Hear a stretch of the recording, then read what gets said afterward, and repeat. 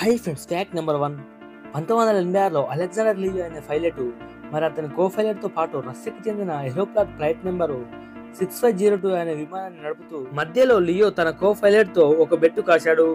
అది ఏంటంటే నడుపుతున్న విమానానికి ముందు భాగం కనబడకుండా కట్టెన్ వేయమని. అంటే ఏం కనబడకుండా నేను విమానాన్ని లాంచ్ చేయగలనని పందెం కాశాడు. దీంతో విమానం గాల్లో ఉండగానే కట్టెన్ వేశాడు. తన కో పైలట్ లియో తన ఓవర్ కాన్ఫిడెన్స్ తో విమానంని లాంచ్ చేయడానికి చూశాడు. అతను ఎయిర్ ట్రాఫిక్ నుండి వచ్చే సూచనలు గాని అలరంగాని లెక్క చేయలేదు. చివరికి ఆ విమానం తలకిందులుగా క్రాస్ ల్యాండింగ్ అయ్యి మంటలు అంటుకుని దానిలో ప్రయాణిస్తున్న 94 మంది ప్రయాణికుల్లో 70 మంది చనిపోయారు. కానీ ఆ బెట్టును కాచిన అలెగ్జాండర్ లియో మాత్రం సేఫ్ గానే బతికాడు. దీంతో అతనికి 15 సంవత్సరాలు జైలు శిక్ష విధించారు. Fact number 2. ప్రపంచంలోనే అత్యంత అందమైన పక్షులలో ఒకటి లయర్ పక్షి ఒకటి. ఇది ఇతర సౌండ్ ని మిమిక్రీ చేయడంలో చాలా సమర్థవంతమైనది. ఇది పక్షుల పాటలు, కుక్కలు మొరిగే శబ్దాలు, కార్ల హారన్లు, పొట తీసినప్పుడు వచ్చే శబ్దం, చెట్లను కట్ చేస్తున్నప్పుడు వచ్చే శబ్దాలు, పిల్లల ఏడుపులు, ఇలా ఎన్నో సౌండ్స్ ని ఇమిటేట్ చేస్తుంది.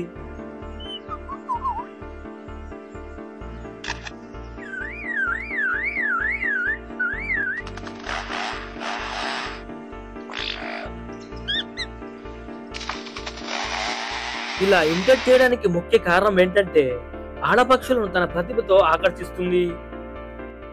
Fact number 3. ప్రస్తుత కాలంలో దిగుబడి ఎక్కువ రావాలని మనం తినే ప్రతి ఆహారంలో కూరగాయల పండ్లకు అధిక మొత్తంలో కెమికల్స్ ని యూజ్ చేస్తున్నారు.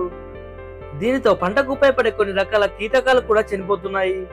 మీకందరికీ తెలిసే ఉంటుంది, మనం బడిలో కూడా చదువుకున్నాం. అది 1950, 1960 మధ్య కాలంలో చైనా గవర్నమెంట్ చైనాలో పిచ్చుకలు ఒక సంవత్సరంలో 6.5 కేజీల ధాన్యం తింటున్నాయని, ఈ ధాన్యాన్నంతా కాపాడితే 60,000 మందికి ఆహారం అందించవచ్చని అక్కడ చైనా గవర్నమెంట్ 30 లక్షల పిచ్చుకలను చంపేసింది. చెట్లపైన వాలితే వాలకుండా రాళ్లతో కొట్టారు, వాటి గుడ్లను పగలగొట్టారు.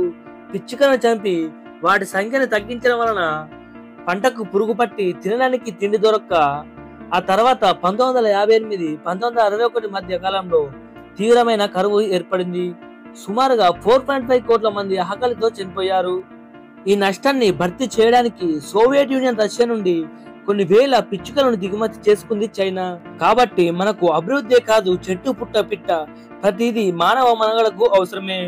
ప్రకృతిని కాపాడితేనే మనకు జీవనం, లేదా ఇంకా అంతే సంగతి. ప్రస్తుత కాలంలో ఇలాగే జరుగుతుంది.